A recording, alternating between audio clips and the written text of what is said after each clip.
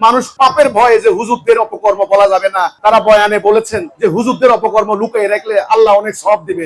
গণ বিপ্লব, গণ রোষ, গণ জাগরণ, পাবলিক অ্যাওয়ারনেস এখন জাগরণের সৃষ্টি হয়েছে। আপনি যদি সারা জীবন একই অন্যায় করতে থাকেন, আল্লাহ রাসূলের দোহাই দিয়ে, ইসলামের নাম নিয়ে, ধর্মের দোহাই দিয়ে, মানুষ প্রথম এগুলি পাপের ভয়ে, পাপ পুণ্যের জ্ঞান না থাকলে যা হয়, পাপের ভয়ে যে হুজুরদের অপকর্ম বলা যাবে না, আল্লাহ গুনাহ দিবে, তারা বয়ানে বলেছেন যে হুজুরদের অপকর্ম লুকিয়ে রাখলে আল্লাহ অনেক সওয়াব দিবে।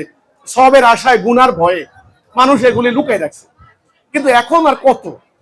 আমরা সেদিন এই যে আপনার এই যে টাঙ্গাইলের মধুপুরে একটা মাদ্রাসায় 42টি মেয়ে বাচ্চা, কন্যা শিশু, 42টি মেয়ে, প্রত্যেকটা মেয়ের ইজ্জত নষ্ট হয়েছে এদের এই মোল্লাদের দ্বারা।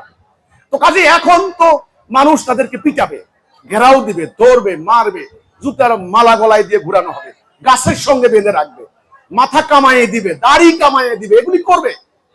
মানুষের ক্ষোভ, মানুষের ক্রোধ, মানুষের দীর্ঘদিন জমে রাখা ক্ষোভ। আর আপনি বলছেন এটা আল্লাহর শাস্তি কিনা, আধ্যাত্মিক কোনো কারণ কিনা? হ্যাঁ, আমি বলি এটা আল্লাহর শাস্তি।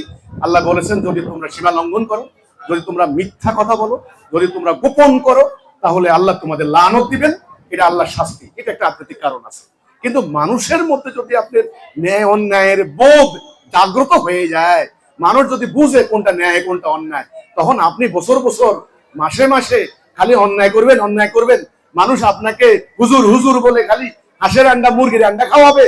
যেই জনতা আপনাকে গাছের ডাব দিছে, মুরগির আন্ডা দিছে, মনে রাখেন সেই জনতা আপনাকে জুতা দিয়ে পিটাবে।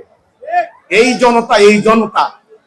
যেই জনতা অতীতে আপনার সমস্ত পাপ গোপন করেছে, সেই জনতা আপনার পাপকে এখন সামনে এনে এমন ভাবে দোলাই দিবে, কোন দোলাই আর দুনিয়া কেউ দেয় না, কেউ খায় না।